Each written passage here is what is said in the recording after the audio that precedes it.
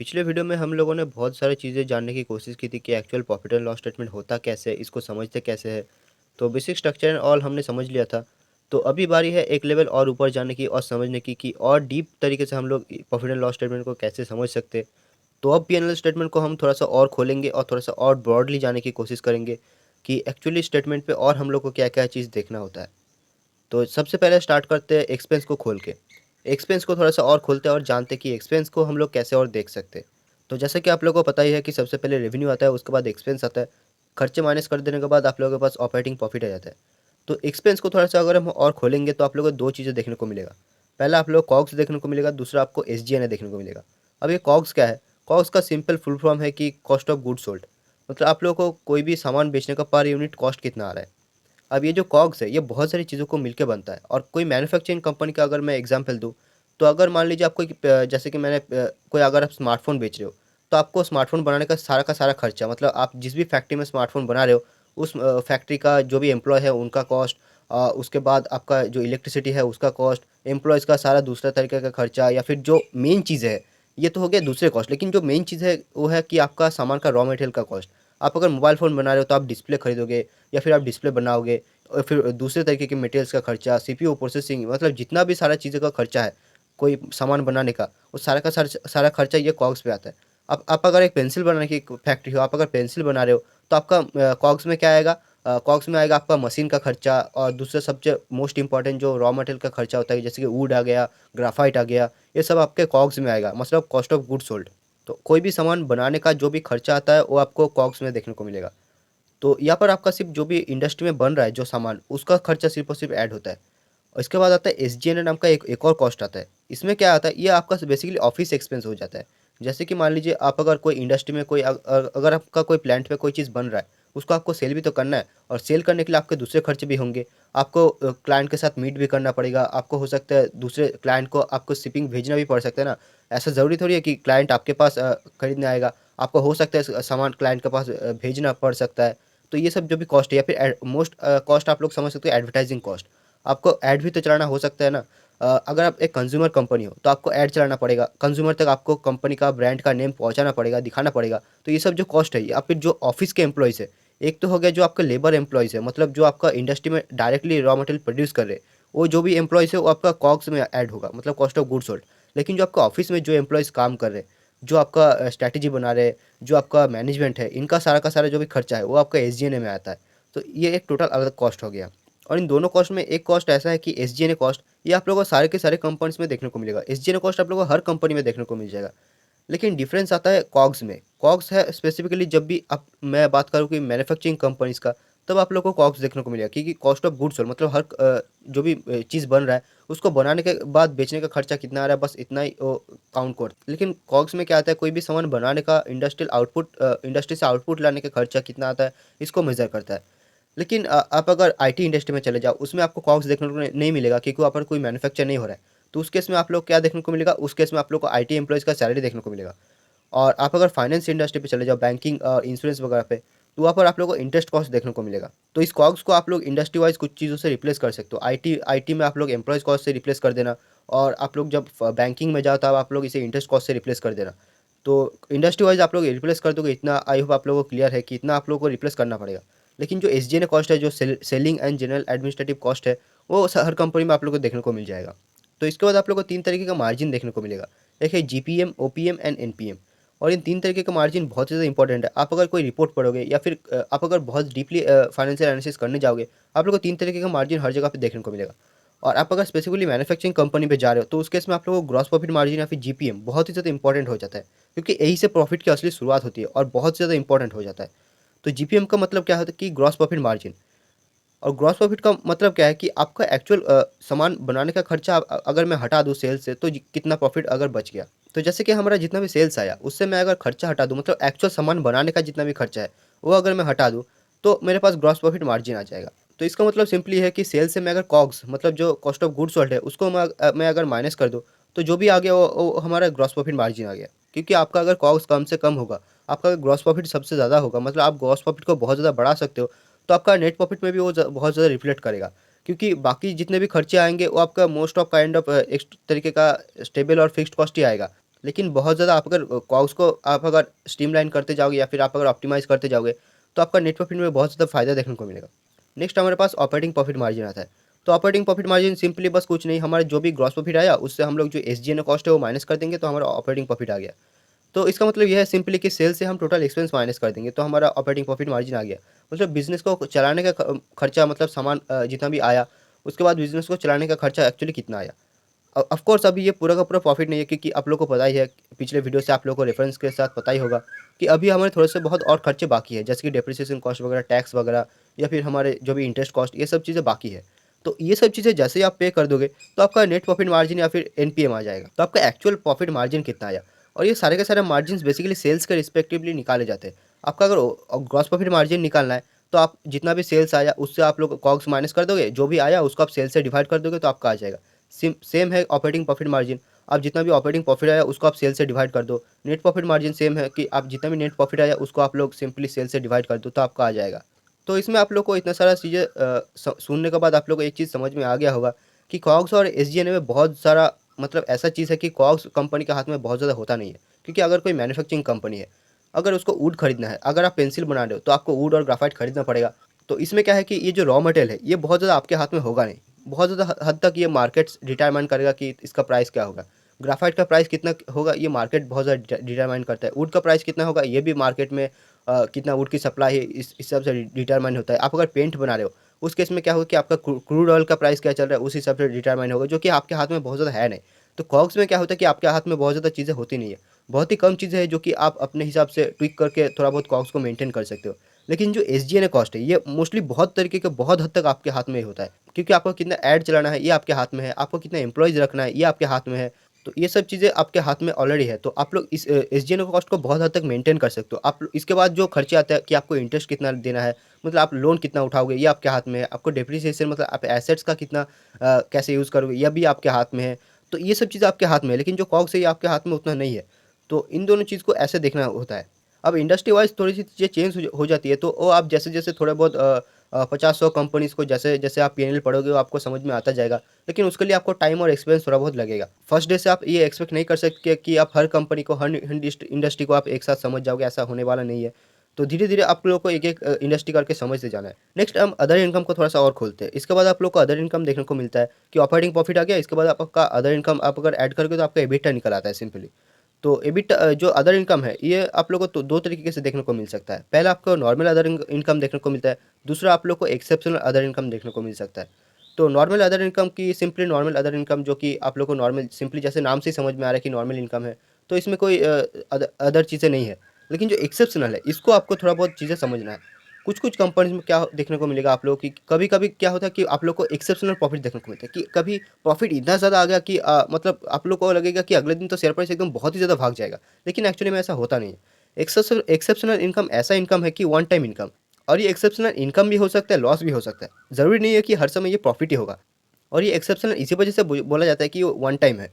जैसे कि मान लीजिए आपने आपके पास कोई एक ऐसा जगह पे ज़मीन था कि आप उसे यूज़ नहीं करते थे, लेकिन आपके पास पड़ा है। अभी अगर आप उस ज़मीन को बेच दोगे, आपके पास एक मोटा सारा बहुत सारा पैसा आ जाएगा। लेकिन क्या हर हर क्वार्टर आपका पैसा आने वाला है? नहीं ना। आपने ज़मीन एक बार बेच दिया, एक बार ज़मीन चला गया, आपके पास पैसा आ गया। अब आपके पास एक बार बहुत ज़्यादा इस क्वार्टर में बहुत ज़्यादा प्रॉफिट देखने को मिलेगा। तो ये बार-बार नहीं होने वाला है, ये आपका एक ही बार आया है, तो ये एक्सेप्शनल आइटम में आएगा। अब मान लीजिए कोई आपका एक प्लांट है, जहाँ पर कोई नेचुरल डिज़ास्टर की वजह से, मतलब कोई बारिश की वजह से या फिर तूफ़ान की वजह से, कुछ चीज़ों की वजह से आपका कोई एक चीज़ खराब हो गया या फिर लॉस हो गया। तो ये वन टाइम एक्सेप्शनल लॉस है कि ऐसा थोड़ी है कि बार-बार आपका लॉस होता जाएगा। कोई एक नेचुरल डिज़ास्टर आया जिसकी वजह से आपका कुछ लॉस हो गया, तो ये आपका जो भी लॉस वगैरह ये एक्सेप्शनल के आइटम पे आता है कि वन टाइम किसी एक रीज़न की वजह से लॉस आ गया। तो ये बहुत तरीके के रीज़न्स हो सकते हैं जो कि आपको कंपनी जब भी रिज़ल्ट पब्लिश करती है तब वो बता देती है। तो आपको बस देखना है कि एक्सेप्शनल आइटम पे कितना आता है। तो ये जो भी एक्सेप्शनल इनकम है या फिर लॉस है, ये आपको टोटली इग्नोर करके चलना है।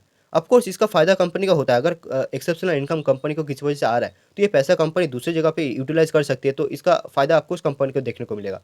लेकिन ये आपको बार-बार ऐसा एक्सपेक्ट नहीं करना है, आपको कैलकुलेशन पे इसको ऐड नहीं करना है कि आप अगर कोई कंपनी का वैल्यूएशन निकालने के लिए कैलकुलेशन कर रहे हो, उस केस में आपको ये इसको पूरा का पूरा हटा देना है और उसके बाद आपको सारे के सारे कैलकुलेशन करने हैं। क्योंकि यहाँ पर अभी जो भी इनकम या फिर लॉस आ रहा है, ये आगे कंटिन्यू नहीं होने वाला है। तो अभी हमने एक्सपेंस को बहुत तरीके से जानने की कोशिश की है, तो अभी हम लोग एक्सपेंस को थोड़ा-सा और डीपली जानने की कोशिश करते हैं। तो एक्सपेंस जैसे कि आप लोगों को पता ही होगा कि cost of goods sold and SGNA ये 2 तरीके से बनता है।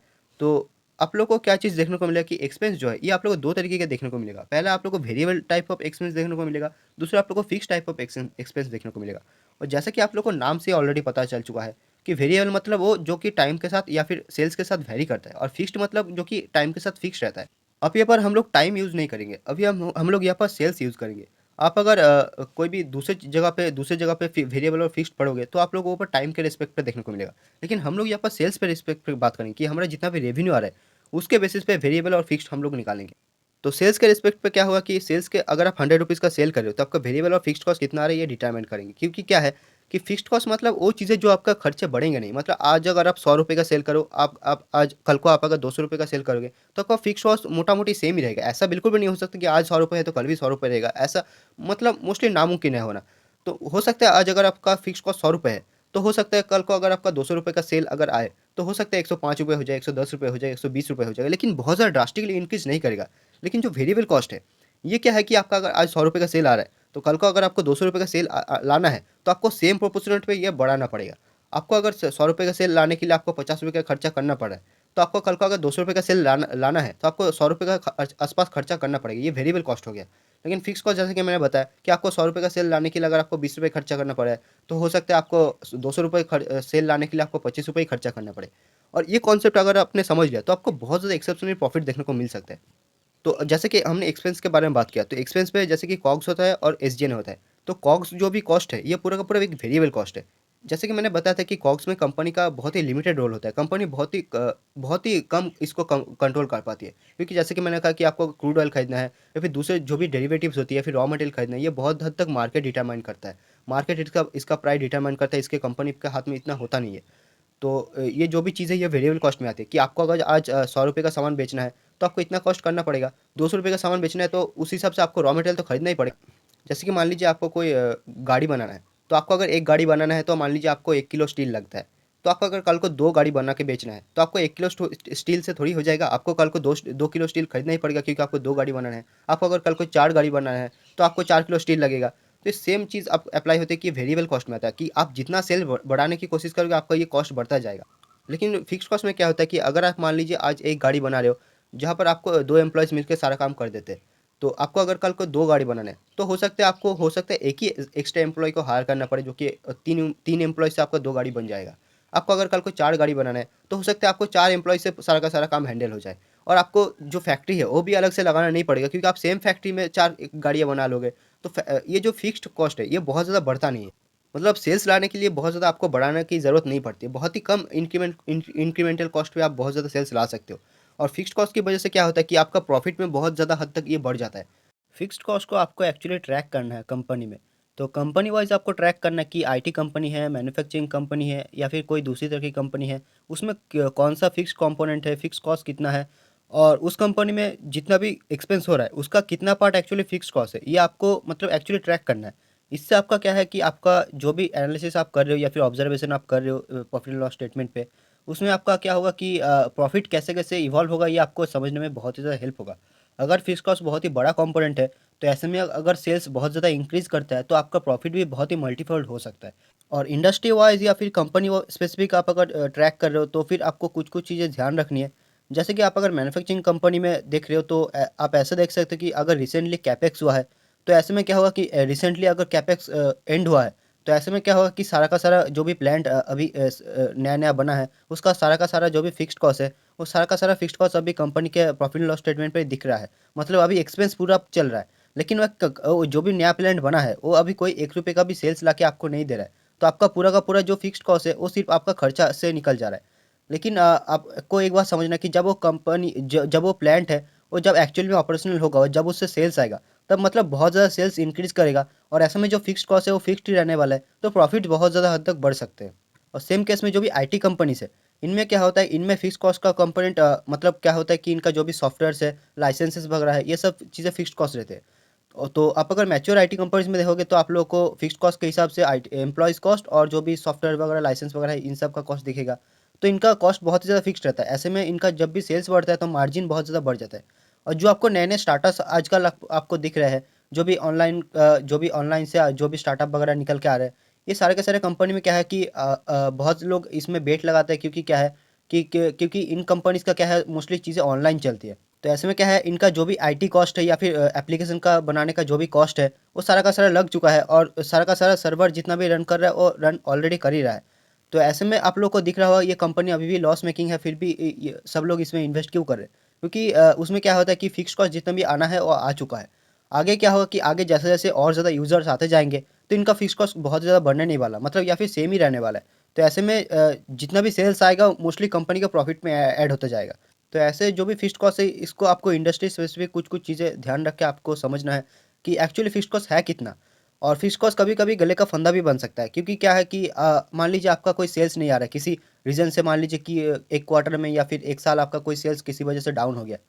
तो आपको ये ध्यान रखना है कि जो फिक्स्ड कॉस्ट है वो आपको देना ही देना है। आप नो नहीं कह सकते फिक्स्ड कॉस्ट को, क्योंकि वो आपका खर्चा होना ही होना है। तो लेकिन अगर आपका सेल्स ही बंद हो गया, लेकिन आपका ₹1 का भी सेल्स नहीं आया, तो ऐसे में आपको खर्चा तो करना ही पड़ेगा।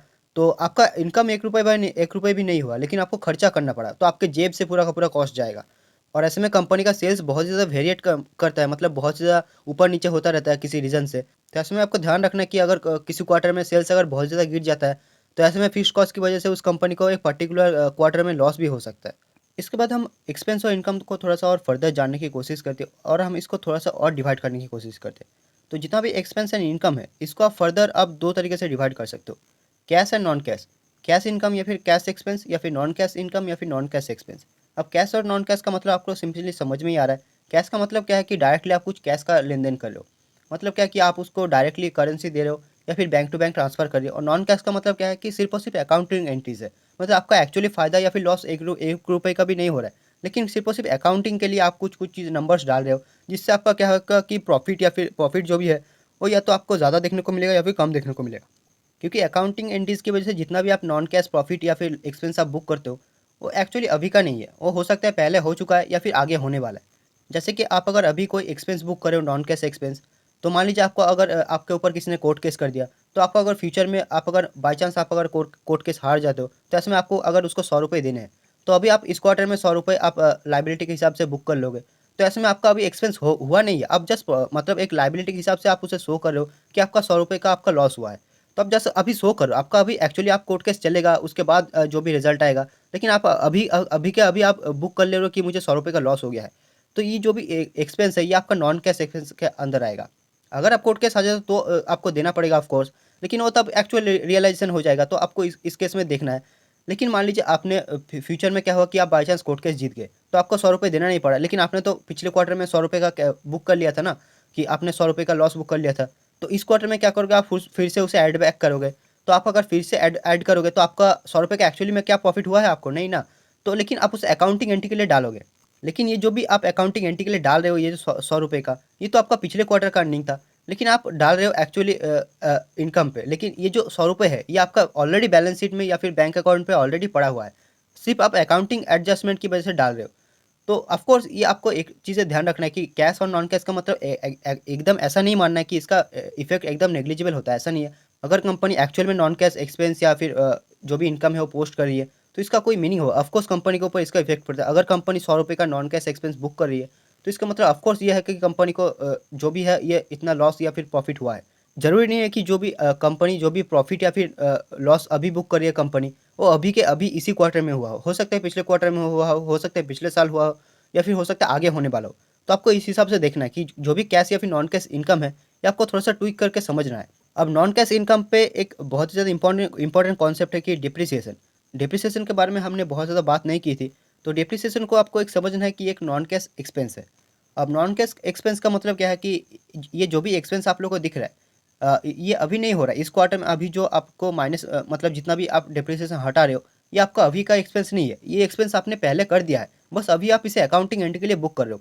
जैसे कि मान लीजिए कि डिप्रिसिएशन का मीनिंग आप लोग को ऑलरेडी पता ही होगा कि जब हम कोई फैक्ट्री या फिर प्लांट लगाते, तब हम उसका जो भी एक्सपेंस है वो पीरियडिक पीरियडिक टाइम पे आप रिकॉर्ड करते हैं। जैसे कि मान लीजिए आप अगर ₹100 का आज कोई प्लांट लगा रहे हो, तो आप इस प्लांट को ऐसा तो नहीं है कि आप इसी इसी साल में पूरा का पूरा यूज़ करके ख़त्म कर दोगे।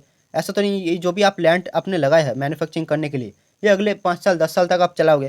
तो ऐसा थोड़ी है कि आप इसी साल में पूरा का पूरा जो भी आपने खर्चा किया उसे बुक कर लोगे, ऐसा तो ठीक नहीं है। तो आप अगले 10 साल तक जब प्लांट को यूज़ करोगे, तो अगले 10 साल में आप जितना भी खर्चा है इसको डिवाइड करोगे, उसके बाद आप बुक करोगे। तो अगर आपने 100 रुपये का प्लान लगाया है, तो अगले 10 साल तक यूज़ करने के लिए आप हर साल क्या करोगे, 10 रुपये करके आप जो भी एक्सपेंस है वो बुक करोगे। तो ये डेप्रिसिएशन अमाउंट है, ये 10 रुपये आएगा आपका, इस साल 10 रुपये आएगा, अगले साल 10 रुपये आएगा, और ऐसे करके 10 साल तक आप 10 रुपये बुक करोगे तो आपका डेप्रिसिएशन का अमाउंट आएगा। तो ये जो भी डेप्रिसिएशन का अमाउंट है ये एक नॉन कैश एक्सपेंस है। अब इस केस में नॉन कैश का मतलब क्या, कि मान लीजिए आप अगर इस क्वार्टर में 10 रुपये का डेप्रिसिएशन बुक कर रहे हो, तो इसका मतलब ये नहीं कि आपने इस क्वार्टर में 10 रुपये का खर्चा किया। ऐसा थोड़ी है, हो सकता है आपने पिछले साल या फिर 5 साल पहले आपने प्लांट लगाया था, लेकिन उसका जो भी आपने एक्सपेंस किया था वो आप आज बुक कर रहे हो। तो ये आपको इस हिसाब से देखना है कि डिप्रिसिएशन का जो भी खर्चा है ये कंपनी पहले ऑलरेडी कर चुकी है, बस अभी एक्सपेंस को बुक किया जा रहा है। तो कैश एंड नॉन कैश को आपको थोड़ा सा डीपली समझना है कि एक्चुअली में एक कंपनी को कई बार क्या होता है, कई बार प्रॉफिट एंड लॉस इनकम पे कई बार एक्सेप्शनल इनकम आ जाता है, एक्सेप्शनल लॉस आ जाता है, या फिर जो भी डिप्रिसिएशन है, ये जो भी मैंने बताया कि कई बार कंपनी को कैश या फिर नॉन कैश तरीके से इनकम या फिर लॉस हो सकता है। अब लोन या फिर एसेट्स, इनके बारे में जो भी चीज़ आपको थोड़ा सा जानना है उसके बारे में थोड़ा सा बात करते हैं। तो लोन का क्या होता है कि आप अगर किसी जगह से, कंपनी से या फिर बैंक से लोन लेते हो, तो आपको अगर कहीं से भी आप अगर लोन लेते हो तो आपको इंटरेस्ट पेमेंट करना होता है। तो प्रॉफिट एंड लॉस स्टेटमेंट पे आपको जो भी इंटरेस्ट कंपोनेंट दिखता है कि आप इंटरेस्ट पेमेंट कर रहे हो, तो ये बहुत ही डीपली एक चीज़ है कि आपको समझना है कि इंटरेस्ट कंपोनेंट, कंपनी कुछ भी हो जाए, इंटरेस्ट पे डिफ़ॉल्ट कंपनी का नहीं होना चाहिए। क्योंकि अगर कंपनी इंटरेस्ट पे डिफ़ॉल्ट करी है, मतलब कंपनी एक टेक्निकली एक डिफ़ॉल्ट ज़ोन में है, तो कंपनी को कभी भी लिक्विडेट किया जा सकता है और कंपनी बैंकरप्ट के सिचुएशन पे आ सकती है। तो जो कि मैंने आपको बताया कि फिक्स्ड कॉस्ट अगर कंपनी में बहुत ज़्यादा है, तो ऐसे में कंपनी का सेल्स अगर किसी भी रीज़न से कभी डाउन होता है, तो ऐसे में कंपनी का फिक्स्ड कॉस्ट, कंपनी जो भी जेब से खर्चा करिए वो तो ठीक बात है। अगर सेल्स डाउन होगा तो थोड़ा बहुत फिक्स्ड कॉस्ट भी हो सकता है कम हो जाए, लेकिन कंपनी को फिक्स्ड कॉस्ट देना ही देना है, वो ठीक ठीक बात है, थोड़ा बहुत मैनेज करके किया जा सकता है। लेकिन लोन पे अगर डिफ़ॉल्ट हो गया, तो कंपनी का मतलब टेक्निकल सिचुएशन बहुत ही ख़राब हो जाता है। तो कुछ भी हो जाए, लोन पे डिफ़ॉल्ट नहीं होना चाहिए। तो लोन का जो भी इंटरेस्ट कंपोनेंट आ रहा है वो आपको देखना है कि कंपनी कितना सक्षम है, कितना अच्छा है, अच्छे से कंपनी आपने जो भी लोन का इंटरेस्ट है ये कंपनी अच्छे से पेमेंट कर सकती है। तो कंपनी का लोन कितना है ये तो आपको प्रॉफिट एंड लॉस स्टेटमेंट से पता नहीं चलेगा, इसके लिए आपको बैलेंस शीट जाना पड़ेगा। तो उसको थोड़ा सा देखना पड़ेगा, जो कि हम आगे अच्छे से देखेंगे। तो इंटरेस्ट कॉस्ट को आपको इस तरीके से समझना है, तो इंटरेस्ट कॉस्ट को आपको अच्छे से देखना है, ताकि इसमें क्या होगा कि कंपनी डिफ़ॉल्ट कर सकते हैं कि नहीं आगे, इसको आपको एक्चुअली समझना पड़े। क्योंकि लोन का जो भी इंटरेस्ट कंपोनेंट आता है वो कंपनी को पेमेंट करना ही करना है। कंपनी अगर किसी भी रीज़न से किसी एक क्वार्टर में डिफ़ॉल्ट कर जाती है, इंटरेस्ट पेमेंट नहीं कर पाती है, तो पूरा का पूरा सिचुएशन बहुत ही ख़राब हो जाता है। तो इंटरेस्ट का पेमेंट करना ही करना है। तो कंपनी का सिचुएशन आपको इसी हिसाब से देखना है कि कंपनी इंटरेस्ट पेमेंट कर पा रही है कि नहीं। अगर कंपनी इंटरेस्ट ही पेमेंट नहीं कर पा रही है, तो ऐसे में आपको इस तरीके से कंपनी से आपको थोड़ा सा नेगेटिव तरीके का सिचुएशन हो जाता है। तो ऐसे कंपनी से आपको थोड़ा सा दूर रहना चाहिए। अब नेक्स्ट एक कंपोनेंट और हम देखते हैं कि एसेट्स, जो भी हम लोग देखते हैं कि कंपनी का कितना एसेट्स है, ये हम लोग को देखने के बैलेंस शीट देखना पड़ता है ऑफ कोर्स। तो एसेट्स का जो भी आप लोग को पता है कि आप अगर कोई फैक्ट्री लगाते हो, तो फैक्ट्री का जो भी कॉस्ट आपको आया वो आप मतलब डिवाइड कर देते हो, मतलब जितना भी साल आप फैक्ट्री को यूज़ करोगे और डिवाइड कर देते हो उस टाइम से, और उसके बाद आप डेप्रिसिएशन क्लेम करते हो, हर साल थोड़ा बहुत करके आप डेप्रिसिएशन क्लेम करते हो। तो ऐसे में क्या होता है कि डेप्रिसिएशन का जो भी कॉस्ट आया, मैंने आपको बताया थोड़ी देर पहले कि एक नॉन कैश एक्सपेंस है। इसका मतलब क्या है कि आपको एक्चुअली कोई खर्चा नहीं करना पड़ा, आपका जो भी खर्चा था वो पहले हो चुका है, अब बस अब उसे बुक कर रहे हो। तो ऐसे में क्या होता है कि कुछ कंपनीज में आप लोगों को देखने को मिलेगा कि कंपनी का जितना भी प्रॉफिट आ रहा है, ऑपरेटिंग प्रॉफिट जितना भी आ रहा है, कंपनी मतलब जितना भी सेल्स कर रही है, खर्चा वगैरह हटा के कंपनी का एक ऑपरेटिंग प्रॉफिट आ रहा है। उसके बाद कंपनी ने क्या किया कि कंपनी ने इंटरेस्ट भी पेमेंट कर दिया। लेकिन क्या होता है कि इंटरेस्ट पेमेंट करने के बाद कंपनी का एक्चुअल कंपनी का पास पैसा बचता नहीं है। तो ऐसे में कंपनी इंटरेस्ट पेमेंट करने के बाद जब भी डिप्रिसिएशन माइनस करती है, तो ऐसे में कंपनी लॉस में चली जाती है। तो ऐसे में मान लीजिए एग्जाम्पल से कि कंपनी के पास 100 रुपये का ऑपरेटिंग प्रॉफिट आया, और कंपनी ने क्या किया कि 100 रुपये का इंटरेस्ट पेमेंट कर दिया। तो अगर कंपनी का पास 100 रुपये का ऑपरेटिंग प्रॉफिट था और कंपनी ने 100 रुपये का इंटरेस्ट पेमेंट कर दिया, उसके बाद डिप्रिसिएशन कंपनी का आया मान लीजिए 50 रुपये। तो ऐसे में टेक्निकली कंपनी 50 रुपये का लॉस में ऑलरेडी जा चुकी है। तो अभी इसको आपको कैसे देखना है, तो इसको आपको ऐसे देखना है कि कंपनी का जो भी डिप्रिसिएशन कॉस्ट है ये सिर्फ एक अकाउंटिंग टर्म है। तो इसका मतलब कंपनी को एक्चुअल में कोई लॉस नहीं हुआ है, लेकिन कंपनी को अकाउंटिंग की वजह से कंपनी को लॉस दिखाना पड़ रहा है। इसको आपको एक और तरीके से देखने का नज़रिया हो सकता है कि कंपनी आप जो भी डिप्रिसिएशन का फ़ायदा है ये एक्चुअली एक फ़ायदा ही समझ लीजिए, कि आप जो भी डिप्रिसिएशन क्लेम कर रहे हो ये एक्चुअली जो भी है पिछले आपने मतलब खर्चा किया था, उसको आप अभी टेक्निकली बुक कर रहे हो, प्रॉफिट को घटा रहे हो। इससे आपका क्या हो, थोड़ा बहुत टैक्स बच जाता है। तो ऐसे में आप थोड़ा बहुत जो भी आप फ़ायदा ले सकते थे, मतलब अब जो भी प्रॉफिट है उसको घटा के आप टैक्स बचा सकते थे। आपने जो भी पिछले खर्चा किया था वो डिप्रिसिएशन को आप क्लेम कर सकते थे, उसका आपको फ़ायदा नहीं मिल रहा है। तो फ़ायदा ना मिलना भी एक तरीके का लॉस ही होता है। तो आपको इस तरीके से देखना है डेप्रिसिएशन का। आप अगर मान लीजिए इंटरेस्ट पेमेंट करने के बाद आपका टेक्निकली डेप्रिसिएशन जब भी आप हटा दे रहे हो, आपका लॉस में चले जा रहे हो, तो इसका मतलब एक्चुअली टेक्निकली कंपनी लॉस में नहीं है। मतलब कंपनी सस्टेन कर सकती है, लेकिन कंपनी का क्या है कि कंपनी फ़ायदा नहीं ले पा रही है। जो भी डिप्रिसिएशन का फ़ायदा होता है वो कंपनी नहीं ले पा रही। तो फ़ायदा ना ले पाना भी एक तरीके का लॉस ही है। तो आपको इस तरीके से देखना है, कंपनी एक्चुअली में बंद नहीं होने वाला एक्चुअली, क्योंकि कंपनी इंटरेस्ट अच्छे से पेमेंट कर दिया, बस डिप्रिसिएशन का जो भी फ़ायदा था वो कंपनी नहीं ले पा रही है।